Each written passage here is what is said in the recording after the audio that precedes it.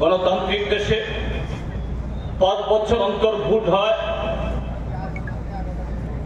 জনগণের ভোটে যে দল সংখ্যাগরিষ্ঠতা পান তারা ক্ষমতায় আসেন।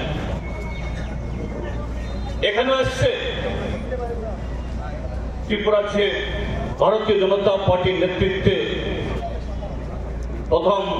প্রথম দিকে জনতা দল এবং এই জনতা পার্টি, বিজেপি এবং আইপিএফটি জোট সরকার, এবং বর্তমানে আরো একটা দল যুক্ত হয়েছে ত্রিপুরা মাথা 3 দলীয় সরকার।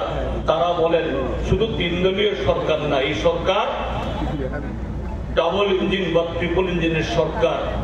দিল্লি সরকারকে তারা মনে করেন এই সরকারের, অবশ্যই দিল্লি আমাদের ভারতবর্ষের যে যুক্তরাষ্ট্র ব্যবস্থার মধ্যে আমাদের কেন্দ্রীয় সরকার, সর্বকালে দিল্লির সহযোগিতা রাজ্যগুলোকে প্রয়োজন, এই রাজ্যের প্রয়োজন আরো বিশেষ করে। কাজে সেই জায়গায় বামপন্থী ফ্রন্ট সরকার যে সমস্ত ব্যতিক্রমী বহুমুখী উদ্যোগগুলো গ্রহণ করেছিল, ত্রিপুরার যে বিজেপির নেতৃত্বে সরকার তৈরি হলে পরে এগুলো সব দিক থেকে ডাবল হবে, রিডাবল হবে, উৎপাদনে, বন্টনে, মানুষের প্রাপ্যতায়, তার সাথে কর্মসংস্থান, আয় বৃদ্ধি, সমস্ত ক্ষেত্রেতে কিন্তু আজকে অভিজ্ঞতা সম্পূর্ণ বিপরীত।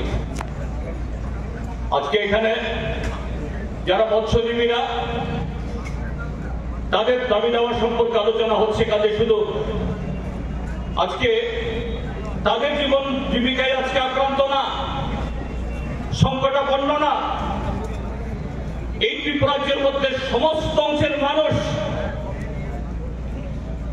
কৃষক, রাবার উৎপাদক, দিনমজুর বা মোটর শ্রমিক, এর সাথে যারা এই কৃষি শ্রমিক, সমস্ত অংশের মানুষের জীবন জীবিকা আজকে আক্রান্ত। অথচ তাদের প্রতিশ্রুতি ছিল ডাবল ইঞ্জিনের সরকার হলে পরে, ট্রিপল ইঞ্জিনের সরকার হলে পরে দিল্লি থেকে অফুরন্ত টাকা আসবে, সবকিছু ডাবল ট্রিপল হবে। কিন্তু আজকে এই 7.5 বছরে এটা যেন একটা মরিচিকা।